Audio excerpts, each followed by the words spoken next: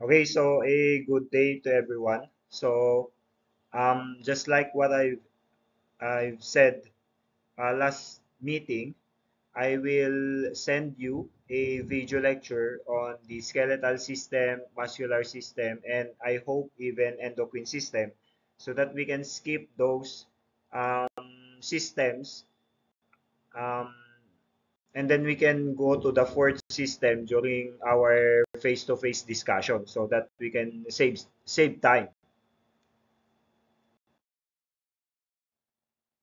So we have here a skeletal system like what I have shown you last time. When we say skeletal system, it involves the bones, the joints, and their function mainly is for the movement of the animal. So we have here the outline for that. So I will be discussing the definition and major function, classification of bones by shape, major divisions of the skeletal system, joints and articulations, bone growth and development, common skeletal disorders in livestock, and then importance of skeletal system in farm management. So those are the subtopics that I will be discussing. So first will be on the definition and major functions. So when we say definition, the skeletal system kasi is the sort of like the framework of bones and cartilage that yung main function is supports the body of the animal. So imagine if you do not have any skeletal system. So wala kang shape, wala kang structure, kumbaga, okay? So yung skeletal system mismo natin, yung nagbibigay ng support, nagbibigay ng structure sa atin. Kasi nga, sabi pa dito, it serves as a structural base and works in conjunction with the muscular system to enable movement. So alongside the muscular system, um, the skeletal system functions also in order for us to move, in order for the animal to move. Okay? So yan. So you could say that the framework is sort of like the frame ti babalay, framework iti balay that hindi naman tatayo yung bahay kung wala yung mga yun. Okay? Ganon din yung skeletal system natin. So in our skeletal system, it functions again for support. So it provides the shape and form to the animal's body. Hindi magmumukhang baboy, yung isang baboy, without the skeletal system. Same goes sa mga cattle natin, same goes sa mga goats natin. Hindi sila magmumukhang ganon without the skeletal system. And even you, hindi ka magmumukhang tao kung wala ka nitong skeletal system. So they provide the shape and form.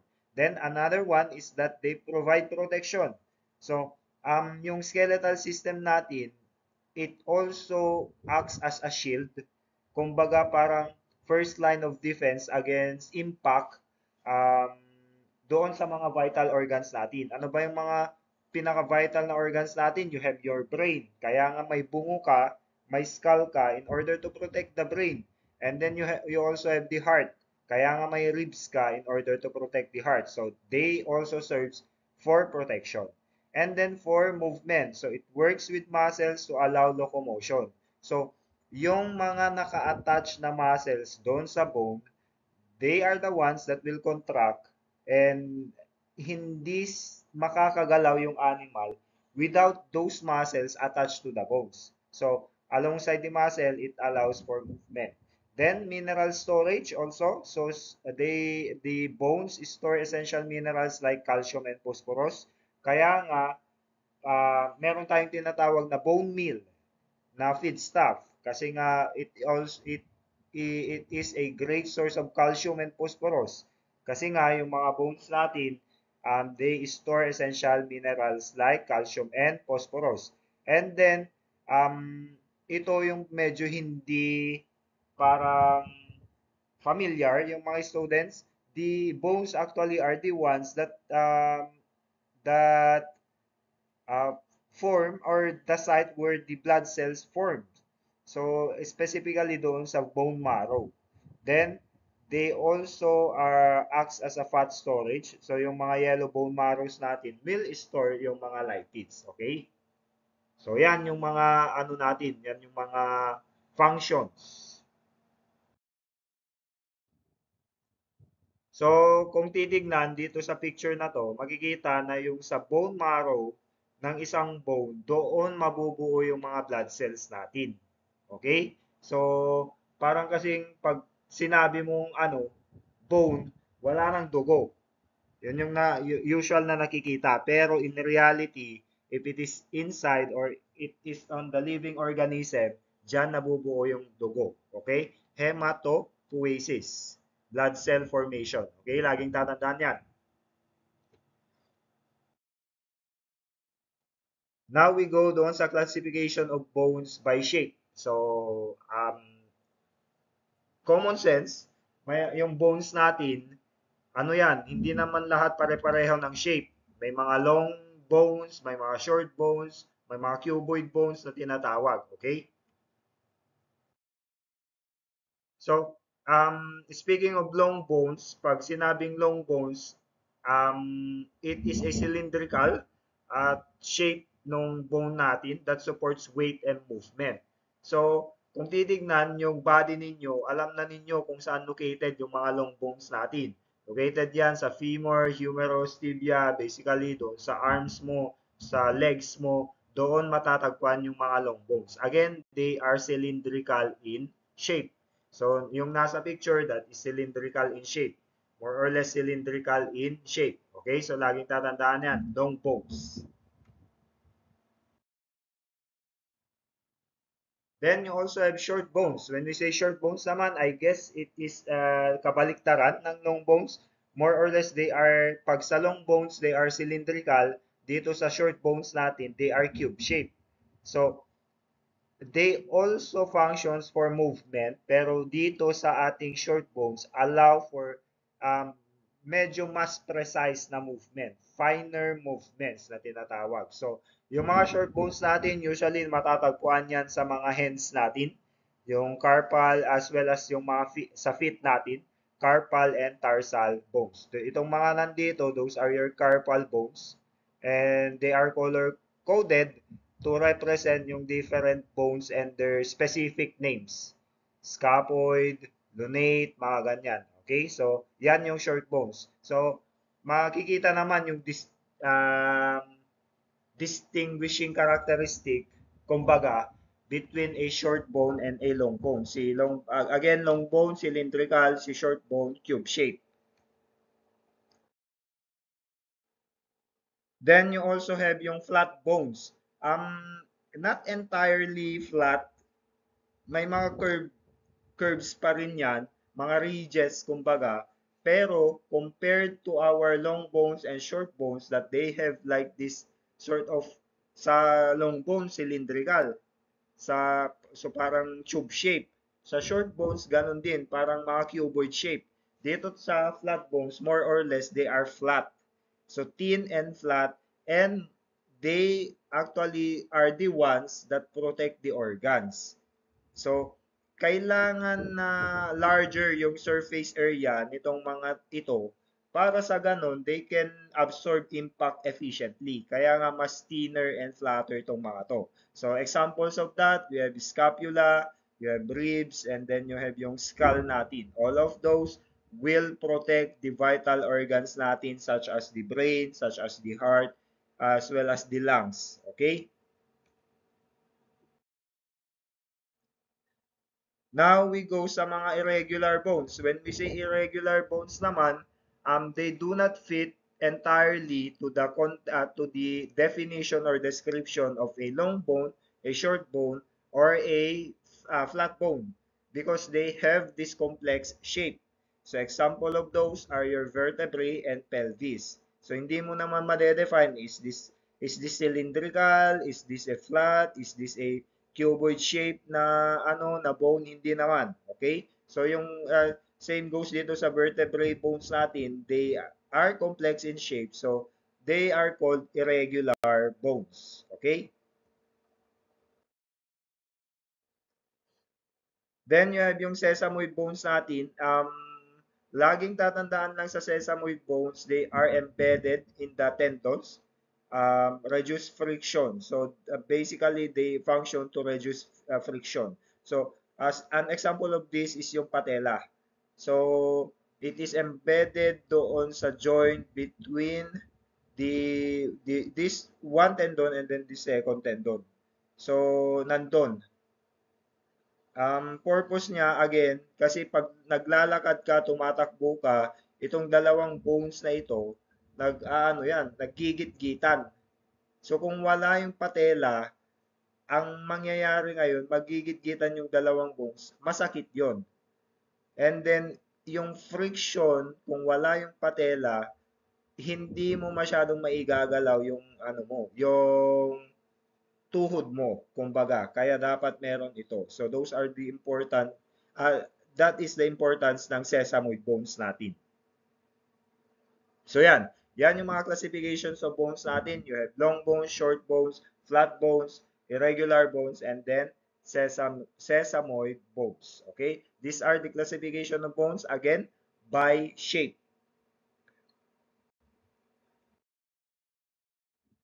Then you have your major divisions of the skeletal system. Basically, hin you can divide the ano natin into or two or three divisions. Yung first division will be the axial skeleton. So yan, that's the axial skeleton. It includes the skull, the vertebral, and then the ribs and sternum. So laging tatandaan yan. Again, ang mga bones, kumbaga, that are located in this division, that includes in this division are the skull, wherein they protect the brain and houses sensory organs like the eyes, the ears, the nose, the vertebral column that usually supports the body and then allows flexibility, and then the ribs and sternum that protects the thoracic cavity, including the hearts and lungs. So kung makikita, yan yung mga specific sa skull, yan, maxilla and mandible, vertebrae, you have yung cervical vertebrae, thoracic vertebrae, lumbar vertebrae, sacrum, and then the caudal vertebrae. And then you have yung ribs and sternum. So kung makikita yung mga naka-highlight ng green, those are your axial skeleton. Laging tatandaan yan. Those are your axial skeleton. Now, when we say appendicular skeleton naman, these are bones of the limbs or the appendages. So when we say limbs or appendages, yan yung mga arms mo, yan yung mga legs mo. Kaya nga meron tayong tinatawag na forelimbs and hind limbs. Lahat ng bones that are located in the forelimbs and lahat ng bones that are located in the hind limbs, those are under the appendicular skeleton. Okay? So, yung mga forelimbs natin, yun, yung scapula, humerus, radius, ulna, carpals, metacarpals, phalanges. Forelimbs, pag sinabing for, front. So yung mga limbs, yung mga bones natin on the front limbs natin, those are the forelimbs. And then when we say hind limbs, those are the um, yung mga bones na nandun sa hind limbs are those that are located at the back of the animal, yung likod ng animal. So yan yung pelvis, femur, tibia, fibula, tarsals, metatarsals, and phalanges. Okay, so that is your appendicular skeleton. Now we go doon sa joints and articulations.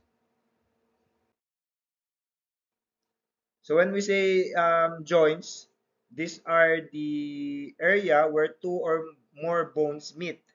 So lahat na, kung saan man magtatagpo yung mga joints natin, those are, yung mga bones natin, may mga joints doon. So, there are actually three types of joints natin. You have yung immovable or synarthroses. Synarthroses na kung tinatawag. Immovable kasi nga hindi naman sila, they do not function to aid in the movement of those bones. So, classic example of this is yung skull sutures natin. So the skull kasi, it is made up of these several bones that are basically parang glued together. So when one skull bone meets the other skull bone, doon makikita yung synarthrosis or immovable joints. Then you also have yung slightly movable, you have yung ampiarthrosis na tinatawag. So these are your vertebral joints. Kung titignan that vertebral joints mo, you can move pero limited lang. Okay? Hindi a wide array of angles, kumbaga, yung pwede mong i-move yung vertebral joints mo. So, kaya tinawag silang slightly movable or ampiarthrosis. Then you have the freely movable, you have diarthrosis or synovial, mga kungkunada. So, yung mga freely movable mo, you have yung shoulder, your hip, your knee. Those are the joints that are freely movable. Yung mga joints na natatagpuan sa shoulder, sa hip, sa knee. Okay? Then, yung mga examples na, like for example, sa ball and socket joint, which is a part of the diarthrosis na type of joints. You have your hip, hinge joint sa knee and elbow. So, makikita yan. And then, pag sinabi namang pivot joint sa neck, basically, it is ampiarthrosis kasi nga nasa vertebral column. So, these are the atlas and axis. So, those are your joints and articulations. Now we go sa bone growth and development. Paano nga ba nagro-grow? Paano ba nagiging ano yung bone natin? Paano nagde-develop yung bones natin? So, what is bone growth? Bone growth refers to the process by which bones increase in size and mass. So, particularly during the early stages of an animal's life. So, emphasis on the sentence na during the early stages of an animal's life. So, there will come a time na yung mga um, bones mo, they will stop to grow. So kahit anong inom mo ng mga supplement, kahit anong bigay mo ng supplement, hindi na lalaki or hindi ka na mag-increase sa height. Kasi nga, again, may time na maglalak, kumbaga, yung bones mo in place para hindi na lumaki. So, it involves yung bone growth natin, it involves lengthening of bones, linear growth, yung tawag doon kasi nga agad umatitlog.